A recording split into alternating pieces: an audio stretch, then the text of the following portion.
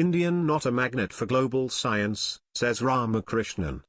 Some key pain points in Indian science are delayed release of funds every year, research scholars not being paid scholarships for as long as a year, and whimsical ways science policies are changed with little discussion with scientists. R. Prasad. With the U.S. terminating several research programs, firing thousands of federal scientists, and canceling important, high-value federal research grants, $8 billion already and further cuts of almost $18 billion next year for National Institute of Health, NIH, proposed cuts of about $5 billion next year to National Science Foundation, NSF, proposed cut of nearly 25% to NASA's budget for 2026, and billions of dollars cut in grants to several universities. Many U.S. scientists are planning to move to other countries. According to an analysis carried out by Nature Careers, U.S. applications for European vacancies shot up by 32% in March this year compared with March 2024. A Nature poll found that 75% of respondents were keen to leave the country. Not competitive. The European Union and at least a handful of European countries have committed special funding to attract researchers from the US, but since the committed funding is dwarfed by the scale of funding cuts by the US, and the funding is already highly competitive in Europe, senior scientists from the US may not move to Europe in large numbers. There will be a few scientists who will move, but I do not see a mass exodus. Firstly, salaries in Europe are well below those in the US. Secondly, moving is always difficult both professionally and personally. Finally, the US is still the preeminent scientific country, and that will be hard to walk away from. I say this as someone who actually did move from the US to England over 25 years ago, with a salary that was just over half what I was making there. Nobel laureate Venkatraman Ramakrishnan, professor at the MRC Laboratory of Molecular Biology, Cambridge, UK, says in an email to The Hindu. In comparison, India has only a handful of institutions, such as ISC, NCBS, TIFR, and IITs, that can possibly attract US scientists. According to him, even the renowned institutions in India are world-class only in some very specific areas. I do not see India as a general magnet for international science, Professor Ramakrishnan adds. Though funding for science in India has increased in absolute terms, the percentage of GDP allocated to R&D has actually reduced. India's gross expenditure on R&D is estimated to be 0.6 to 0.7% of GDP in 2025. Specifically, with long-term assured funding for basic research, which is absolutely necessity to attract researchers based in the US, not guaranteed by existing programs, can India take advantage of the situation in the US. India's R&D investment as a fraction of GDP is much less than China's and is about a third or less of what many developed countries have, and far below countries like South Korea. It will not be competitive without a substantial increase, Professor Ramakrishnan says. Lack of funding. Professor Ramakrishnan says, neither the funding, the infrastructure, nor the general environment in India is attractive for top-level international scientists to leave the US to work in India. There may be specific areas, for example tropical diseases, ecology, etc., where India is particularly well suited, but even in these areas, it will be easier for scientists to do field work there while being employed in the West.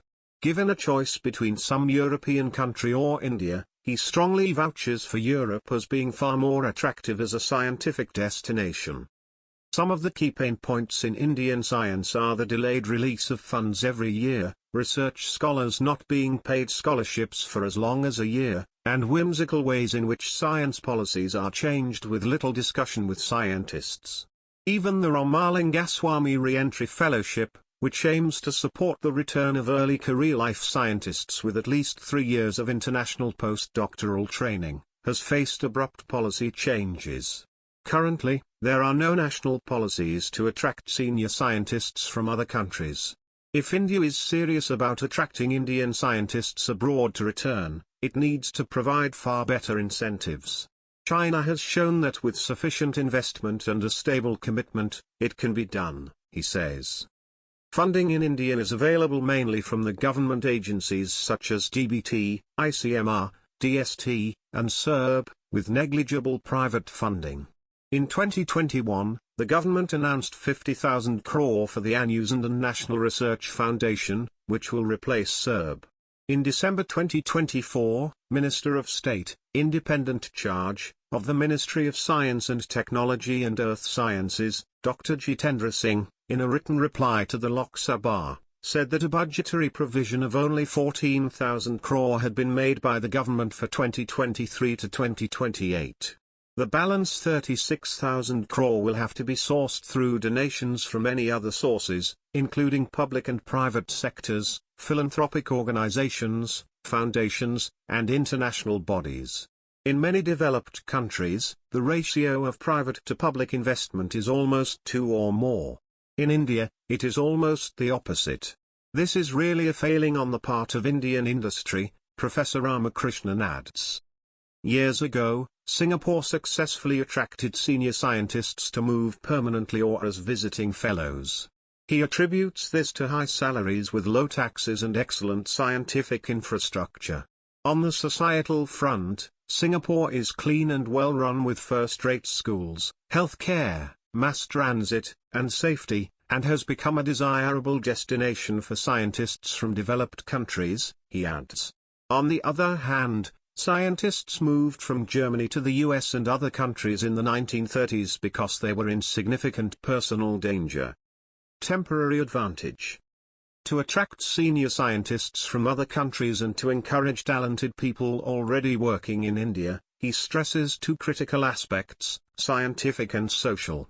India needs a strong, stable commitment to science, which means not only much more funding but also more stable funding, much better infrastructure, and, just as importantly, insulating science from politics and excessive bureaucratic rules and regulations.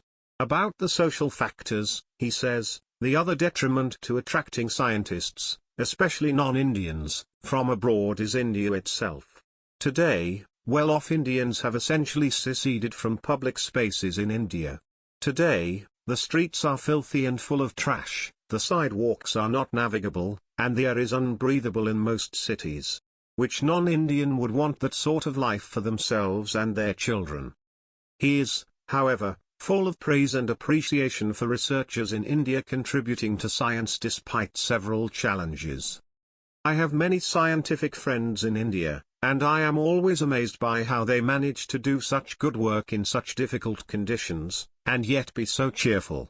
Young Indians are so bright and enthusiastic, but they are being let down by the country as a whole.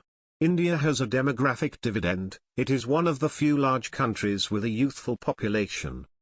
However, he cautions, this is a temporary advantage, and if India squanders it, it may find itself unable to be competitive in the future with other Asian countries and the West.